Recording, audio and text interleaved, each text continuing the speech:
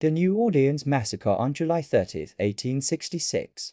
In the tense Reconstruction years following the Civil War, white resistance to African American citizenship erupted into violence in New Orleans when a white mob attacked and killed dozens of black residents gathered in support of a political meeting. The event known as the New Orleans Massacre or the New Orleans Riot took place at the Mechanics' Institute, where 25 state delegates were reconvening the 1864 Louisiana Constitutional Convention. While the state's new constitution had abolished slavery, Louisiana's legislature had enacted restrictive black codes that curtailed the rights of formerly enslaved people. Radical Republicans sought to rewrite the Constitution to secure voting rights for freedmen, dismantle the black codes, and strip former Confederates of political power. Two prominent city leaders, Mayor John T. Monroe, a Confederate sympathizer, and Sheriff Harry T. Hayes, a former Confederate general, strongly opposed the convention. Following a rally on July 27th, Hayes assembled a force of white officers, largely ex-Confederates, determined to disrupt the meeting scheduled for July 30th. That day,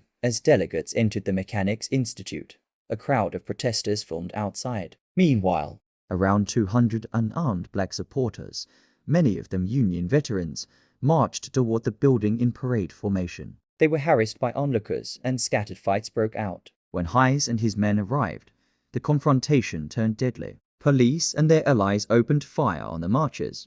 Some fled inside the institute, but many were killed in the streets. According to the National Park Service, 34 African Americans were killed and 119 wounded. Among the white delegates, 3 were killed and 17 wounded. U.S. General Absalom Baird reported to Secretary of War Edwin Stanton that the police, aided by citizens, became the assailants and showed great brutality in making arrests, even attacking those who had surrendered. General Philip Sheridan went further, calling the violence an absolute massacre by the police, without the shadow of a necessity, describing the assault with firearms, clubs, and knives as unnecessary and atrocious.